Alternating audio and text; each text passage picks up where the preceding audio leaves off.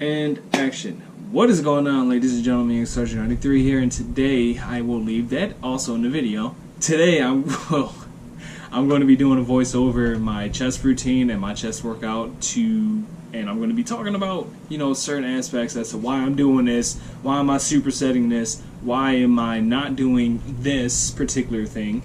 And I'm just going to walk you guys through my chest routine, my new routine, like the previous one the previous one that I've been doing. I've been doing that one for quite a while. So I'm going to talk to you guys about why I switched it up, why I'm adding, different aspects to my original routine. And yeah, without further ado, let's get on with the video. Alright, so the first thing that is key to anything is stretching. Always stretch, make sure your muscle fibers are nice and loose. That way you don't end up tearing a muscle, ripping a muscle, or just damaging your muscle to the point where you end up injuring yourself. Now usually before I stretch, I love to run, just to get my body warmed up and whatever, but I cannot run on a treadmill anymore. I usually run outside, so I just go in here and I immediately start stretching. And on this next exercise that we're going to be doing is chest flies. Now for these chest flies, I superset it. I do about, for the first set, I superset it, so it's going to be 8 sets in total. It's going to be 4 sets of 10 to 15. I try to aim for 15 sets or 15 reps per set. And sometimes if I don't get it, I'll go down and wait, and I'll get back on it, and I'll finish it off. So, during this entire day, I was feeling a little bit sick. I wasn't feeling too, I wasn't in it. I was just kind of going through the motions. I went running last night, and I don't know, my nose is all congested now, but this is how I now start off my chest routine. I do these chest flies just to get the blood flowing, just to get that nice stretch and that contraction within the pecs. Go full range of motion. Don't try to half-ass it. You're not gonna get too far if you just half-ass it. You gotta get that stretch, that full stretch and that contraction. On some of these reps I can say that I didn't go, full stretch or contraction, but, I did what I could. But how this differs from what I originally used to do, I used to just jump straight to the bench. I would run, stretch, and go to the bench. I would immediately do flat bench, and I would do that for 4 sets of 15, working with 245s on each side. Can't do the math right now because the bar itself is not a standard 45-pound bar. It's like 35 or something. So this is like something totally new for me and totally different for me, and it has its pros and it has its cons. I get fatigued very, very fast on what you're going to see when I get to the benches, when I get to the incline and the flat bench. My chest is like pre-fatigued from doing all these reps, and just taxing the muscle just like right off the bat. But when I go home, it feels beautiful. Dom set in and it's all good. So right here we have me doing, I apologize for the bad angles on these clips, but I have to do what I got to do. I always do incline bench first before the flat bench, only because I need to bring up my upper pecs. I've been doing flat bench for a long time, and I always did that first. I always neglected decline and incline. So I've been paying very, very close attention, being mindful to my upper pecs for like the past 3 or 4 weeks now. And I'm starting to see some development going on there, so that is why I changed up from doing just a regular flat bench to the incline, just to help develop that upper pec.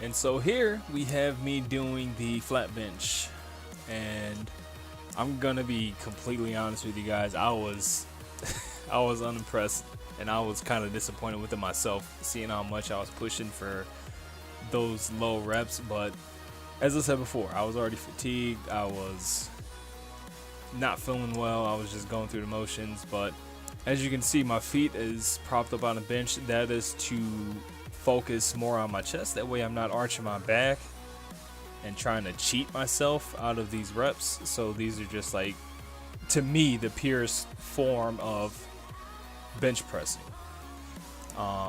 because it's like flat bench, no back arching, no nothing.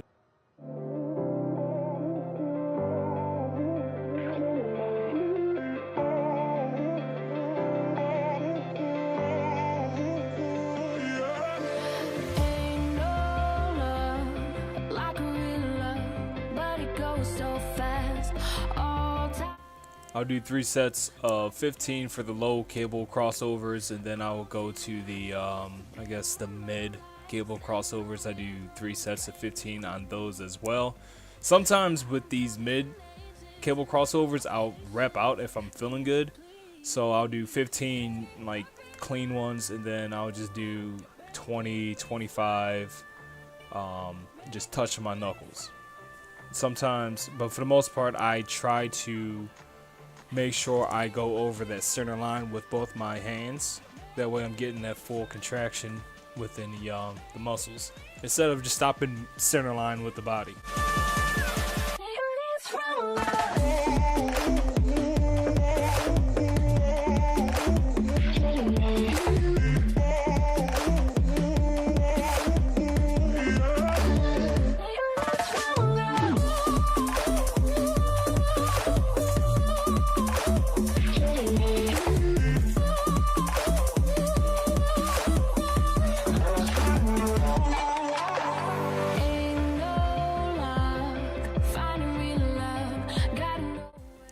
And I know I said this a million times, but I was fatigued. I went home later that day, and my chest it felt like somebody took a baseball bat and hit me in the chest like a million times. That's how sore my chest was. During the rest of that day, the day I woke up, the next day, and the day after, my chest was completely sore as hell. And so for this clip, we're going to be doing the, I guess, high cable crossovers. That's where, you know, just the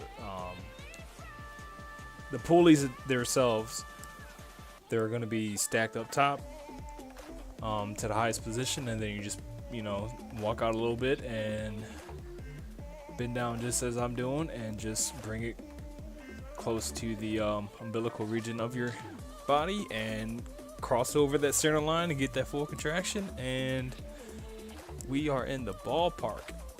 Now these, I do 3 sets of 15 as well. I don't generally, if I do feel good, I will not rep out on this. Won't do it. Only on the mid cable crossovers. And so for the last exercise of the chest day is the pec flies. Immediate superset it with dumbbell bench press, and this is on an incline. I don't do flat bench, I don't do decline, even though I probably should do it, but my chest is, like, at this point, my chest is dead. I don't drink any pre-workout, I don't take any stimulants. I just go in here empty stomach and get it in and take my butt home and eat. But yeah, this is, you know, sometimes when you get to the last exercise, you can only do just the flies themselves. You can't immediately superset it to the bench press. So what do? Easy. You just, after you get done doing your flies, I do 4 sets of 10 for the flies and for the bench, or for the press. And if I can't manage to get like 4 presses in without, you know, doing the full stretch and contraction, I'll set it down, I'll take a 30-second break, and I will redo it, as you will see like in this last clip that will be showing up towards the end of the video. And I'll just set it down, take a 30-second break, you know, and get back into it and do it, and I'm done. You know, just do what you can. It's not a rush. Take your time with this. You know, be careful. And I really do hope you guys enjoy this video. I try to compress this video down to, you know, as short as I possibly could, without having to sacrifice clips and all that stuff. So if you guys enjoyed this video, please give me a thumbs up, subscribe, hit that notification bell for more and future content. And if you guys do try this workout, you know, I will have the full description of my workout in the description of this video. And let me know if you guys try it out. If you do, tell me how you like it. Tell me if there's, you know, some things that you may have modified in the workout. And let me know, and I will catch you guys in the next one. Hope you guys all have a great day. Take care.